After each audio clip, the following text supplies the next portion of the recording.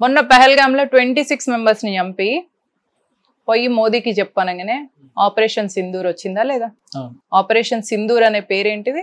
హిందూ ఆడబిడ్డ నుదుట సింధూరాన్ని చెడగొట్టినవా? అయితే నీకు అదే పేరుతోని నీ దేశాన్ని సర్వనాశనం చేస్తా, నీ దేశాన్ని చెల్లాచెదరు చేస్తా.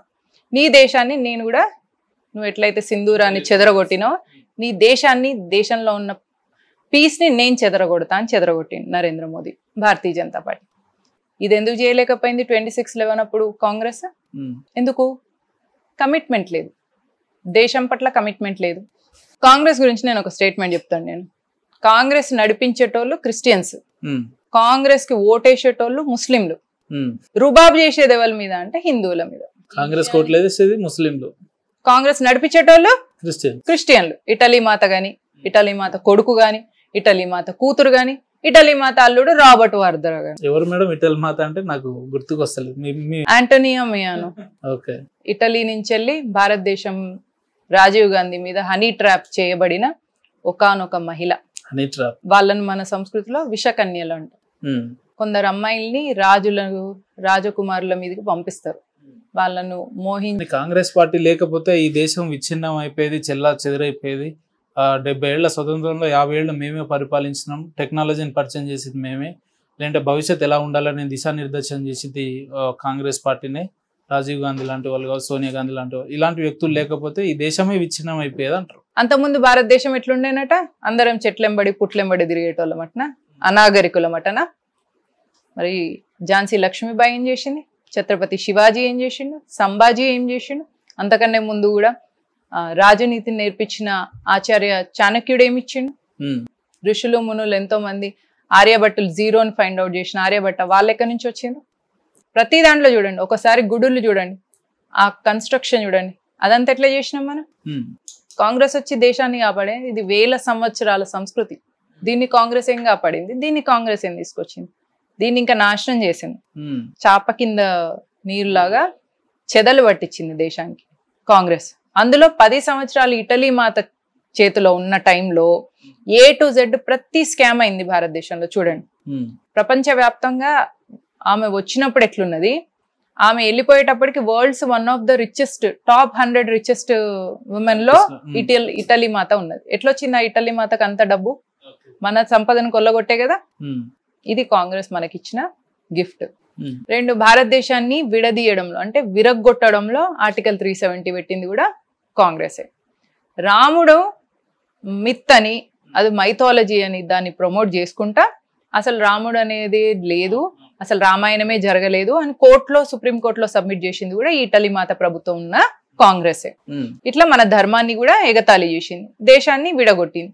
హిందువుల్ని ఒక చట్టం తీసుకొచ్చిందండి కాంగ్రెస్ 2004 నుంచి 2014 మధ్యలో. భయంకరమైన చట్టం ఏంటిది అంటే, ఒక హిందూ తన ఇంట్లో సత్యనారాయణ వ్రతం చేసుకోవాలంటే ఆ దగ్గరలో ఉన్న క్రిస్టియన్స్, ముస్లిమ్స్ దగ్గర పర్మిషన్ తీసుకొని వచ్చి ఇంట్లో సత్యనారాయణ వ్రతం చేసుకోవాలి. ఈ చట్టాన్ని తీసుకొచ్చింది కాంగ్రెస్, ఇటలీ మాత.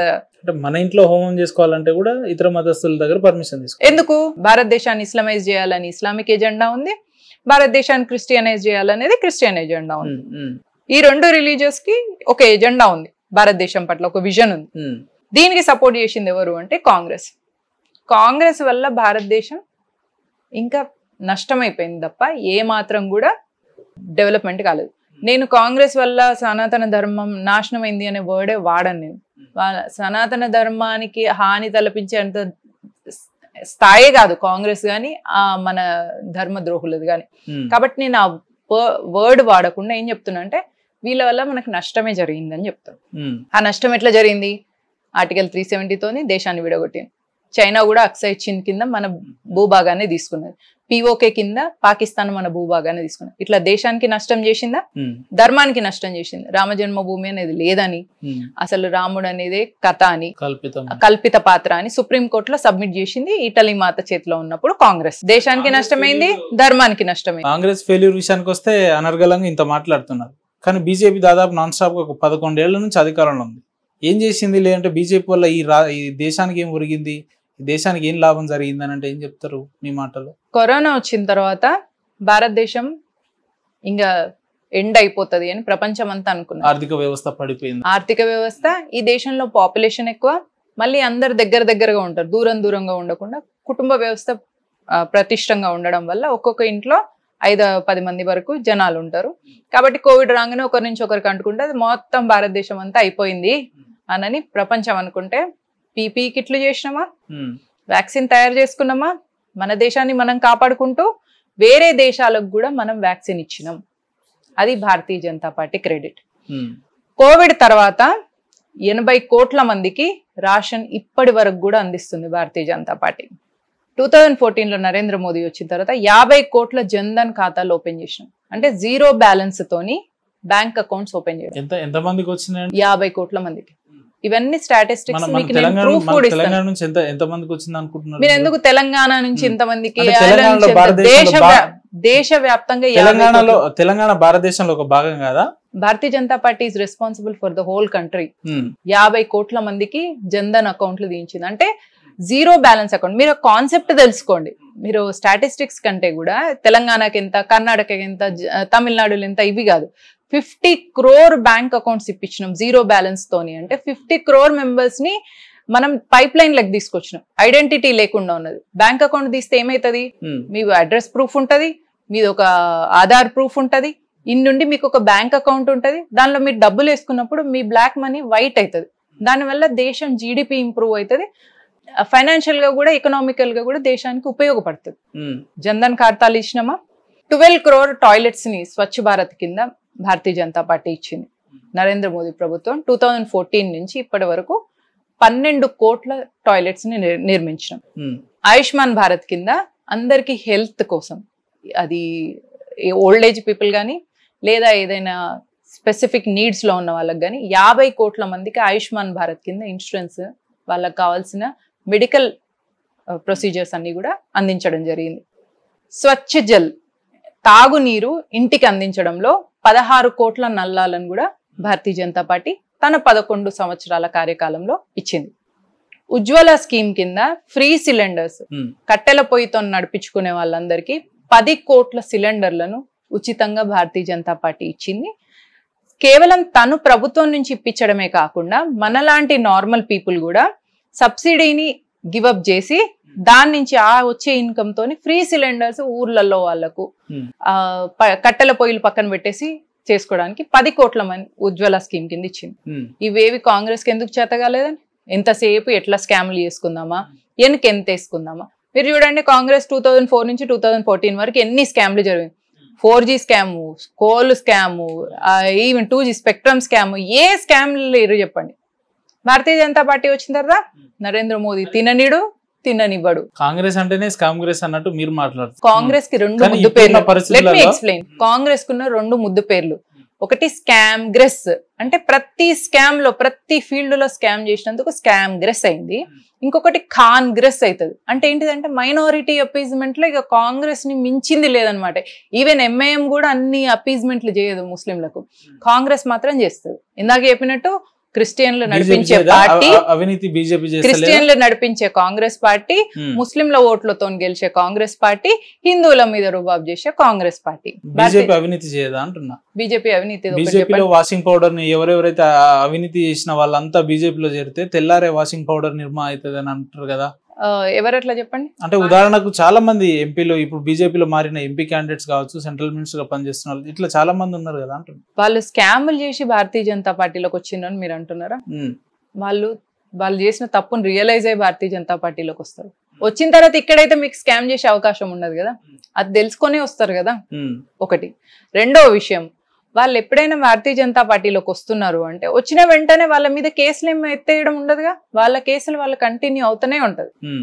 ఎప్పుడు కూడా భారతీయ జనతా పార్టీ సిస్టమ్ లో ఇన్వాల్వ్ కాదు. బీజేపీ ఒక బ్లాక్ మెయిల్ రాజకీయాలు చేస్తుంది. ముందుగా చెప్పిన మాట వినకపోతే ఈడీ, సిబిఐలను పంపిస్తుంది. తర్వాత ఆబ్వియస్ గా వాళ్ళు పార్టీలో జాయిన్ అయిన తర్వాత అవి ఏమి ఉండవు, no jail, no CBI, no ED అనేటట్టు ఒక ట్యాగ్ లైన్ కాంగ్రెస్ పార్టీ బాగా ప్రతిసారి వాడుతున్న మాట ఇది. కనిమొళి మీద కేసు అయినప్పుడు భారతీయ జనతా పార్టీకి ఎన్ని సీట్లు ఉన్నాయి? భారతీయ జనతా పార్టీ అధికారంలో ఉందా? 2004 నుంచి 2014 వరకు ఏవేవైతే స్కాములలో ఇరుక్కున్న కాంగ్రెస్ లీడర్స్ అందరి మీద వేసింది భారతీయ జనతా పార్టీ, లేదా కోర్టులు, ఈడీ, సిఐడీలా? మరి అప్పుడు కోర్టులకు ఈడీలకు సిఐడీలకు ఎట్లయితే ఫ్రీ హ్యాండ్ ఉందో ఇప్పుడు కూడా అట్లే ఉంది తప్ప మధ్యలో భారతీయ జనతా పార్టీ నమ్మడమైంది. మరి అట్లాంటప్పుడు 2004 నుంచి 2014 వరకు జరిగిన స్కామ్స్లలో వాళ్ళొక్కరి మీద కూడా కేసు ఉండదు కదా. అప్పుడు అధికారంలో ఉన్నది కాంగ్రెసే, స్కామ్ చేసింది కాంగ్రెస్ వాళ్ళే, తీసుకొచ్చింది వాళ్ళని ఈడీ సిఐడీలు వాళ్ళ మీద రైడ్లు చేసింది. మధ్యలో ఇప్పుడు బీజేపీని అనడం ఏంది? ఈ దేశాన్ని ఆర్థిక అంటే ఇది ఎట్లున్నదంటే ఇప్పుడు మా ఇంట్లో పిల్లలు పుట్టలేదు అని అంటే దానికి మోదీయే కారణం, పుట్టిందంటే మోదీయే కారణం, వాళ్ళు పెరిగి పెద్దయినా మోదీయే కారణం, పెరిగి పెద్ద కాకుండా మోదీయే కారణం, అన్నిటికీ మోదీయే రెస్పాన్సిబుల్. అంతేనా? ఈ దేశాన్ని ఆర్థికంగా 1000 కోట్లు కొల్లగొట్టి ఇతర దేశాలకు వెళ్ళిపోయిన నీరవ్ మోదీ కావచ్చు, విజయ్ మాల్యా లాంటి వాళ్ళందరికీ కూడా బ్యాక్ బోన్ గా మోడీ గవర్నమెంటే సపోర్ట్ చేస్తుంది. లేదంటే ఆర్థికంగా ఉన్నతంగా ఉన్న వాళ్ళకే బీజేపీ పనిచేస్తుంది అని చెప్పి మాట్లాడతారు. నీరవ్ మోదీకి లోన్ అప్రూవ్ చేసింది చిదంబరం గవర్నమెంట్, విజయ్ మాల్యాకి లోన్ అప్రూవ్ అయింది కూడా Chidambaram government. Chidambaram government Congress government.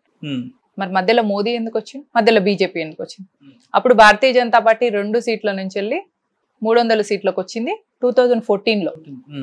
అంతకుముందు భారతీయ జనతా పార్టీ కనీసం గలమెత్తి మాట్లాడి దేశ వ్యతిరేక చట్టాలను కాంగ్రెస్ చేస్తున్నా కూడా, వక్ఫ్ గాని లేదా హిందూ కోడ్ బిల్ లాంటివి, అంటే హిందూ ఎక్కడైనా ఇంట్లో సత్యనారాయణ వ్రతం చేసుకోవాలంటే దగ్గరలో ఉన్న ముస్లిం క్రిస్టియన్ దగ్గర పర్మిషన్ తీసుకోవాలి అనే చట్టాలు తెచ్చినప్పుడు భారతీయ జనతా పార్టీ వాయిస్ రేజ్ చేయడానికి అంత తగినంత సపోర్ట్ కూడా లేదు. అప్పుడు భారతీయ జనతా పార్టీ చట్టాలు తీసుకొచ్చినాయి కదా, ఎవరైతే ముస్లింస్ ఉన్నారో వాళ్ళు సిఏఏ ఎన్ఆర్సీలు అని చెప్పి ఇలాంటి చట్టాలను తీసుకొస్తే ఈ దేశాన్ని విడగొట్టే ప్రయత్నం బీజేపీ చేస్తుందని ఆ మధ్యలో భావిన్నాం మనం. సిటిజన్షిప్ అమెండ్మెంట్ యాక్ట్ గురించి తెలియని వాళ్ళు మాట అంటారండి. సిటిజన్షిప్ అమెండ్మెంట్ యాక్ట్ అనేది కేవలం ఆఫ్ఘనిస్తాన్, పాకిస్తాన్, బంగ్లాదేశ్ లో ఉన్న హిందువుల మీద మతపరమైన దాడులు జరిగినప్పుడు, అంటే వాళ్ళని ముస్లిమ్స్ గా కన్వర్ట్ కావాలి. ఎందుకంటే ఈ 3 ఇస్లామిక్ కంట్రీస్, ఆఫ్ఘనిస్తాన్ గానీ, పాకిస్తాన్ గానీ, బంగ్లాదేశ్ గానీ 3 ఇస్లామిక్ కంట్రీస్. ఈ 3 ఇస్లామిక్ కంట్రీస్ లో హిందువుల మీద దౌర్జన్యాలు జరిగి వాళ్ళని మతం మార్చే ప్రయత్నం ఆ దేశంలో ఉన్న వాళ్ళు చేస్తే వాళ్లకు భారతదేశంలో వాళ్ళ మతాన్ని వాళ్ళు అనుసరించుకోవడానికి ఇక్కడ సిటిజన్షిప్ ఇవ్వడం కోసం తెచ్చింది మాత్రమే ఇది. ఎక్కడ మీరు అగేన్స్ట్ ముస్లిం ఉంది చెప్పండి. ఒక నెదర్లాండ్స్ కానీ, నార్వే కానీ, వేరే ఏదైనా కంట్రీలో ఉన్న ముస్లిమ్స్ కానీ, హిందూస్ ఎవరైనా మళ్ళీ భారతదేశం రావాలంటే వాళ్ళకు నార్మల్ సిటిజన్షిప్ ప్రాసెసే ఉంటుంది. కేవలం ఈ 3 దేశాలకు మాత్రమే ఇది ఉన్నది. ఎందుకంటే ఆఫ్ఘనిస్తాన్ ఒకప్పుడు భారతదేశంలో భాగమే, పాకిస్తాన్ ఒకప్పుడు భారతదేశంలో భాగమే, బంగ్లాదేశ్ కూడా ఒకప్పుడు భారతదేశంలో భాగమే. ఈ 3 దేశాలు భారతదేశం నుంచి విడగొట్టి వెళ్ళిపోవడం జరిగింది. అంటే ఇప్పుడు మన కశ్మీర్ నుంచి ఎట్లయితే కశ్మీర్ పండితులను వెళ్ళగొట్టి కశ్మీర్ని ఒక ఇస్లామిక్ కంట్రీగా చేయాలని ప్రయత్నం జరిగిందో కాంగ్రెస్ టైంలో, అట్లాంటిదే ఆఫ్ఘనిస్తాన్ లో జరిగింది 70s లో, 90s లో పాకిస్తాన్, బంగ్లాదేశ్ కూడా జరిగింది. కాబట్టి ఈ 3 దేశాల నుంచి హిందువులకు ఎవరికైనా భారతదేశం రావాలన్నా వాళ్లకు పౌరసత్వం ఇవ్వడం కోసం తీసుకొచ్చిందే సిటిజన్షిప్ అమెండ్మెంట్ యాక్ట్. దీన్ని ఎందుకు తప్పుపడుతున్నారో చెప్పండి. ఇంకా వేరే ఏ దేశంలో హిందువులైనా భారతదేశం రావాలంటే రొటీన్ ప్రొసీజర్ ఎప్పటికున్నట్టే ఉంటుంది. సిటిజన్షిప్ అమెండ్మెంట్ యాక్ట్ ఇది. ఎన్ఆర్సీ కింద మీరు వేరే దేశం నుంచి, ఇప్పుడు ఆఫ్ఘనిస్తాన్ లో ముస్లింలు భారతదేశానికి ఎందుకు రావాలి? అది ఇస్లామిక్ కంట్రీయే కదా. పాకిస్తాన్ లో ఉన్న ముస్లింలు భారతదేశానికి ఎందుకు రావాలి? అది ఇస్లామిక్ కంట్రీ. బంగ్లాదేశ్ లో ఉన్న వాళ్ళు ఎందుకు రావాలి? అది ఇస్లామిక్ కంట్రీ. మీరు ఎందుకు ఈ మూడు దేశాలు భారతదేశం నుంచి ఎందుకు విడిపోయినాయి? మేము హిందువులతో ఉండము అనే కదా విడిపోయినరు. ఇస్లామిక్ నేషన్ అయితే మేము అక్కడ ఉంటామనే కదా జిన్నా పాకిస్తాన్కి వెళ్ళిపోయిండు. అట్లానే కదా పాకిస్తాన్, బంగ్లాదేశ్ భారత్ నుంచి విడిపోయింది. మళ్ళీ ముస్లింలు ఈ దేశానికి రావడం ఏంది అంటే ఏంది? ఇన్నర్ ఎజెండా అయింది అంటే దాన్ని ఏమంటారు అంటే ఇంటెన్షన్ బిహైండ్ ద క్రైమ్ అంటారు. వీళ్ళకి రావడంలో ఉద్దేశం ఏంది? ఇక్కడ డెమోగ్రఫీ చేంజ్ చేసి భారతదేశాన్ని కూడా ఆఫ్ఘనిస్తాన్ లాగా, పాకిస్తాన్ లాగా, బంగ్లాదేశ్ లాగా ఇస్లామిక్ కంట్రీ చేయాలి. ఇక ప్రతిసారి తంతుంటే బుద్ధి రావద్దు. ఎప్పటికన్నా వచ్చింది కాబట్టి సిటిజన్షిప్ అమెండ్మెంట్ యాక్ట్ తెచ్చుకున్నాం. బుద్ధి వచ్చింది కాబట్టి ఓవైసీ బ్రదర్స్ మాకు 15 నిమిషాలు టైం ఇస్తే ఈ హిందువులందరినీ కాల్చి చంపేస్తాం, లేపేస్తాం అని మాట్లాడిన అలాంటి వ్యక్తుల మీద ఈ రోజు కేంద్రంలో అధికారంలో బీజేపీ ఉంది కదా, మరి వాళ్ళ మీద ఎలాంటి చర్యలు తీసుకోలేదు కదా? మరి కేంద్రంలో ఒకటే అధికారంలో ఉంటే సరిపోతుందా అండి? మాకు డబుల్ ఇంజన్ సర్కార్ వస్తేనే అధికారం ఇయ్యగలం. హిందూ సమాజం కూడా 400 పార్ అని అడిగితే మొన్న 300 పార్ కూడా చేయలేదు. ఏ ధైర్యంతో ఇట్లాంటి చట్టాలు తీసుకొని రాగలం? ఏ ధైర్యంతో ఇట్లాంటి 15 నిమిషాల సమయం ఇచ్చిన వాళ్ళను కంట్రోల్ చేయగలం చెప్పండి? రేపు ఇదే సమాజం ఇంత దోస పారు కూడా కాలేదనుకోండి, కశ్మీర్ లాగా విడిపోవడం, బంగ్లాదేశ్లో, వెస్ట్ బెంగాల్లో హిందువుల పరిస్థితి ఏమవుతుంది, కాశ్మీర్లో చూసినాం. ఇట్లా భయం ఏమంటారు, చాలా ఒక్కొక్క స్టెప్ వేసేటప్పుడు ఆచి తూచి అడుగు వేయాల్సిన పరిస్థితి అంటే ఎప్పటికైనా ఈ దేశానికి రక్షణగా బీజేపీ పార్టీ ఉంటుంది తప్ప ఆల్టర్నేట్ లేదంటారు. సౌటక 100% భారతీయ జనతా పార్టీ మాత్రమే ఈ దేశం కోసం పనిచేస్తుంది. 100% భారతీయ జనతా పార్టీ మాత్రమే ఈ ధర్మాన్ని కాపాడుతుంది. 100% భారతీయ జనతా పార్టీ ఉంటేనే ఈ దేశంలో ఉన్న దేవాలయాలకు రక్షణ ఉంటుంది. నేను మీకు ఒక చిన్న ఎగ్జాంపుల్ చెప్తా వినండి. భారతీయ జనతా పార్టీ దేశం కోసం ఏం చేసింది అని అడగండి, ధర్మం కోసం ఏం చేసింది అని అడగండి, దేవాలయ రక్షణ కోసం ఏం చేసింది అని అడగండి. నేను చెప్తా విత్ లీగల్ గా ఎట్లాంటి చట్టాలు తీసుకొస్తుందో చెప్తా. దేశం విడిపోవడమా, ఆర్టికల్ 370 పెట్టి కశ్మీర్ లో ఉన్న ముస్లిం అమ్మాయి పాకిస్తాన్ ఉన్న ముస్లిం అబ్బాయిని పెళ్లి చేసుకుంటే ఆ పాకిస్తానీ వ్యక్తికి కశ్మీర్ సిటిజన్షిప్ వస్తుంది. అదే కశ్మీర్ లో ఉన్న ఒక అమ్మాయి భారతదేశంలో ఉన్న ఎవరన్నా ముస్లిం వ్యక్తిని పెళ్లి చేసుకుంటే ఈమె కశ్మీరీ సిటిజన్షిప్ పోతుంది. ఇది ఆర్టికల్ 370 వెనుక ఉన్న తీసుకొచ్చిన చట్టం. ఇది తెచ్చింది కాంగ్రెస్. దీన్ని రిపీల్ చేసింది ఎవరు? భారతీయ జనతా పార్టీ. అంటే ఈ దేశంలో దేశ డెమోగ్రఫీని కాపాడుకుంటూ దేశాన్ని విడిపోకుండా కశ్మీర్ని భారతదేశం అంతర్భాగంగా ప్రూవ్ చేసింది ధర్మం కోసం. ధర్మం అంటే ఏంటిది? యూనిఫామ్ సివిల్ కోడ్ అనేది దేశంలో ఉండాలి. అందుకనే యూనిఫామ్ సివిల్ కోడ్ తీసుకొచ్చి ముస్లింలకు ఎట్లాంటి అపీజ్మెంట్ చేయకుండా దేశ డెవలప్మెంట్లో మీరు కూడా పాల్పంచుకోవాలి. కాబట్టి ట్రిపుల్ తలాక్ కూడా తీసేసినాం. ఎందుకు? ఒక ముస్లిం మహిళకు ట్రిపుల్ తలాక్ చేసేసి అన్యాయం జరుగుతుందంటే రేపు ఆమెకు అనే బిడ్డలు యాంటీ సోషల్ ఎలిమెంట్స్గా తయారవుతారు.